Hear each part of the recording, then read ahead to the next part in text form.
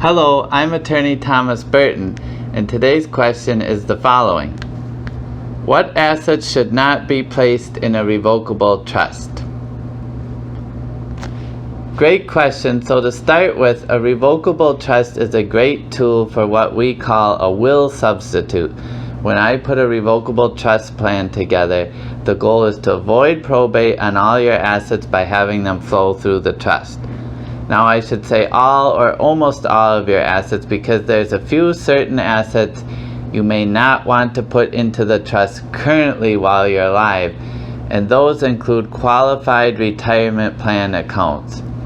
Retirement accounts that are tax deferred, such as a traditional IRA or a 401k or another type of plan at work where you don't pay tax on it going in, but you will have to pay tax when it comes out. You don't generally want to retitle those into the trust while you're alive because there's beneficial reasons to leave it in your name so you don't incur any adverse tax consequences.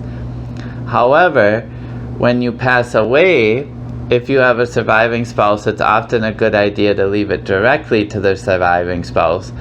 Or if you don't, talk with your lawyer about putting special provisions in your revocable living trust to allow it to receive those retirement plan assets, and then the trust can distribute them to your children or heirs or other beneficiaries. Sometimes those accounts you will leave directly to a beneficiary. It depends on the amount of money in those accounts, and you want to work with your lawyer to make it a comprehensive part of your plan. I will say that at the end of December 2019, Congress passed the SECURE Act, which changed the way a lot of these plans are looked at. And so, in general, it's a 10-year distribution rule for people. They have to withdraw the money and take the RMDs because Congress wants to tax that money coming out.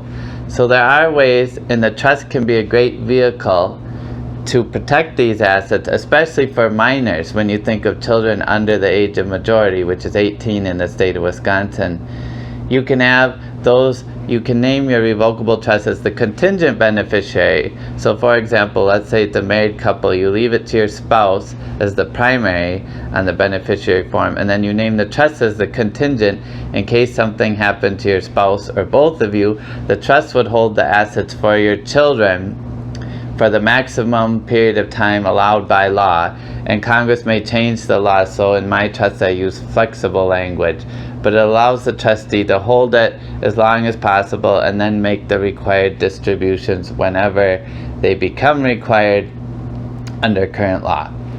So in general, all types of assets are good candidates for the revocable living trust, especially real estate, personal property, stocks, bonds, anything like that can be retitled into the name of the revocable living trust, and it's a great way to avoid probate. But talk with your attorney and tax advisor about tax advantage retirement accounts, because we want to take special steps to either leave those accounts to the trust as a contingent beneficiary upon death, but we don't usually want to actually retitle them into the trust while you're alive. Whereas with your house, real estate, other assets, the best method is to retitle those assets into the name of the trust after you form and sign it. So great question, and thank you for asking.